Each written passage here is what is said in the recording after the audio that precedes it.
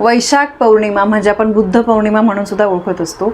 या दिवशी भगवान गौतम बुद्धांचा जन्म झाल्यामुळे या पौर्णिमेला बुद्ध पौर्णिमा असं सुद्धा आपण म्हणतो। तर बघा, वैशाख पौर्णिमा भगवान बुद्धांच्या जन्मासोबत जोडलेली आहे, तर त्यामुळे या दिवशी आठवण करून आपल्याला बुद्धांचं सुद्धा स्मरण करायचं आहे। तर पौर्णिमेचे जे काही सत्यनारायण पौर्णिमेचे उपाय, पौर्णिमेच्या सेवा या आपण उद्याच करणार आहे। पौर्णिमेचा दिवस अत्यंत महत्त्वाचा आहे आणि त्यातल्या त्यात ही वैशाख पौर्णिमा आहे। वैशाख पौर्णिमेच्या दिवशी अनेक उपाय जर आपण केले, काही सेवा केल्या, तर आपल्या आयुष्यातले दुःख, संकट, अडीअडचणी ज्या आहेत त्या दूर होतात। या दिवशी आपल्याला दान, धर्म, पूजा, उपवास करायचा आहे। तुम्हाला बघा, उपवास शरीराला झेपत असेल तर तसा करा। फळं वगैरे खाऊन तुम्ही उपवास करू शकतात। दान धर्म करा। कुठल्याही शुभ दिवशी तुम्ही जर दान केलं तर पितरांचा भरभरून आशीर्वाद मिळत असतो आणि मग त्यामुळे आपल्या आयुष्यामध्ये जे काही संकट वगैरे असतील, अडचणी असतील, त्यापासून आपली मुक्ती होत असते। आणि धनप्राप्तीसाठी आणि आर्थिक अडचणी दूर करण्यासाठी तर उद्याची पौर्णिमा जी आहे ती अत्यंत महत्त्वाची आहे। त्या दिवशी तुम्ही सेवा नक्की करा। आता सगळ्यात पहिले पौर्णिमेच्या दिवशी आपल्याला काय करायचं आहे, तर पौर्णिमेच्या दिवशी सकाळी लवकर उठायचं आहे। आपल्याला देवांची अंघोळ वगैरे झाल्यानंतर आपल्याला मुख्य दरवाजासुद्धा सगळ्यात पहिले स्वच्छ करायचा आहे। त्यानंतर देवांची अंघोळ झाल्यानंतर आपल्याला धूप दीप ओवाळायचा आहे। देवांना तुम्ही अगदी साखरेचा नैवेद्य दाखवला तरीसुद्धा चालेल। पौर्णिमा तिथी माता लक्ष्मीला समर्पित असते, तर त्यामुळे आपल्याला तुळशीलासुद्धा हळद कुंकू, अक्षता अर्पण करायची आहे, अगरबत्ती लावायची आहे। सकाळी संध्याकाळी तुपाचा दिवा लावायचा आहे। आणि बघा, या दिवशी आपल्याला माता लक्ष्मीला समर्पित असे स्तोत्र मंत्र म्हणजे श्री सूक्ताचा तुम्ही पाठ करू शकता। विष्णू सहस्रनाम तुम्हाला ऐकायचं आहे। यूट्यूबवर या तुम्ही गोष्टी ऐकल्या या दिवशी तरीसुद्धा त्याचा खूप फायदा होतो। यासोबतच आता उपाय काय करायचा आहे, तर वैशाख पौर्णिमेला तुम्ही पांढऱ्या रंगाच्या वस्तू, जसं बघा पांढरे कपडे, पांढरे तांदूळ, पांढरी मिठाई यांचं तुम्हाला दान करायचं आहे। गरजूंना तुम्ही दान करा, असं काही नाही की यालाच करा की त्याला करा, ज्याला गरज आहे त्याला तुम्ही दान करायचं आहे। यानंतर लाल कापड्यामध्ये पिवळ्या रंगाची कवडी बांधून तुम्हाला जिथे तुम्ही तुमचं धन वगैरे ठेवता किंवा तुम्ही तुमचं लॉकर असेल, तिजोरी असेल, त्या ठिकाणी तुम्हाला लाल रंगाच्या कपड्यामध्ये पिवळ्या रंगाच्या कवड्या 5 किंवा 7 कवड्या तुम्हाला बांधून ठेवायच्या आहे। त्यावर तुम्ही सेवासुद्धा करू शकता। श्री सूक्ताचा तुम्ही पाठ करून मग त्या ठेवू शकता। ही सेवा मी याआधी पण बऱ्याचदा सांगितलेली आहे।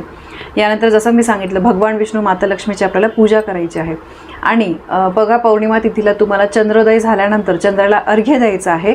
आणि फक्त लक्षात ठेवा, चंद्राला अर्घ्य देताना आपल्याला पायामध्ये चप्पल वगैरे घालायचं नाही आहे, एवढं एक नेहमी लक्षात ठेवा। सूर्याला पण जेव्हा तुम्ही अर्घ्य देतात पायामध्ये कधीही आपण काही चप्पल वगैरे घातलेल्या नसाव्या, घरातल्या सुद्धा चप्पल नाही। चंद्राला सुद्धा अर्घ्य देताना बघा, पौर्णिमा आता उद्याच्या पौर्णिमा तिथीला चंद्रोदय झाल्यानंतर चंद्राला हळद कुंकू, अक्षता अर्पण करायचं आहे। जल अर्पण, पाण्यामध्ये तुम्ही कच्चं दूध टाका गाईचं आणि पाणी अर्पण करायचं आहे। आणि त्यानंतर चंद्राला तुम्हाला नमस्कार करायचा आहे। आता बघा, आपल्याला दिवा लावायचा आहे। पौर्णिमा तिथी अत्यंत महत्त्वाची असते। बघा, माता लक्ष्मीला आकर्षित करण्यासाठी आपण लक्ष्मीपूजनाच्या दिवशी सगळीकडे पणत्या लावत असतो। मग पौर्णिमा तिथीला सुद्धा माता लक्ष्मीने आपल्या घरी यावं यासाठी आपल्याला संध्याकाळी तुळशीजवळ तुम्हाला गाईच्या तुपाचा दिवा लावायचा आहे। थोडं जास्त तूप टाकायचं आहे की जेणेकरून 1 तास तरी तो दिवा जो आहे तो तेवत राहिला पाहिजे। यानंतर तुम्हाला पिंपळाच्या झाडाखाली मोहरीच्या तेलाचा दिवा लावायचा आहे, किंवा तुमच्याकडे मोहरीचं तेल नसेल तर जे तुम्ही देवांना वापरता ते तेल टाका आणि त्यामध्ये पिवळी मोहरी टाका। पण शक्यतो मोहरीचं तेल अगदी इझिली जिथे देवाचं सामान मिळतं तिथे तुम्हाला मिळून जाईल, किंवा आपल्याला अगदी जिथून आपण बाकी किराणाच्या गोष्टी घेत असतो तिथून सुद्धा तुम्हाला मिळून जाईल। पिंपळाच्या झाडाला हळद कुंकू, अक्षता अर्पण करायचं आहे, पाणी अर्पण करायचं आहे, प्रदक्षिणा घालायची आहे आणि तुम्हाला मोहरीच्या तेलाचा दिवा लावायचा आहे।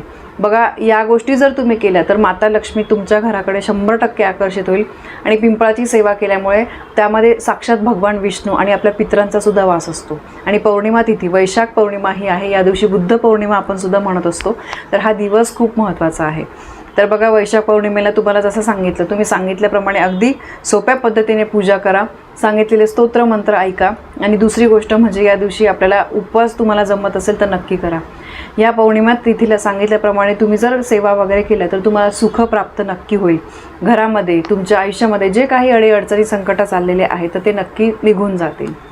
आणि दुसरी गोष्ट, तुम्ही समजा एका साईडला पूजा नाही करत आहे, उपवास नाही करत आहे, मग काही चुका नक्की टाळा। जसं की या दिवशी मांसाहार कटाक्षाने टाळायचा आहे। तामसिक अन्न, त्यानंतर मद्यपान, मांसाहार यापासून आपल्याला दूर राहायचं आहे। या दिवशी जर अशा चुका केल्या तर तुमच्या कुटुंबामध्ये 100% समस्या येतील, अडीअडचणींचा तुम्हाला सामना करावा लागेल, मानसिक तणाव वाढतो। आपल्याला वाटतं की या गोष्टी काय होतं, केलं तर काय होतं असा आपण विचार करतो, पण खरंच या गोष्टींचा आपल्यासोबत आहे ना आपल्या आयुष्यावर काहीतरी वाईट परिणाम परिणाम होत असतो. घरामध्ये वादावाद वाढायला लागतात, शिवीगाळ व्हायला लागतात आणि मग घरामध्ये नकारात्मक ऊर्जा खूप मोठ्या प्रमाणामध्ये वाढते. तर बघा, दिवस अत्यंत शुभ आहे. सांगितल्याप्रमाणे सेवा करा. सांगितल्याप्रमाणे तुळशीजवळ आणि पिंपळाच्या झाडाजवळ तुम्हाला दिवा लावायचा आहे, की जेणेकरून माता लक्ष्मी भरभरून प्रकाश आपल्या आयुष्यामध्ये आणेल, भरभरून सुख आपल्या आयुष्यामध्ये आणेल. तर ही वैशाख पौर्णिमेची अत्यंत महत्त्वाची माहिती मला तुमच्यापर्यंत पोहोचवायची होती. माहिती आवडली असेल, व्हिडिओला लाईक करा, शेअर करा. आपल्या चॅनलवर नवीन असाल तर सबस्क्राईब नक्की करा.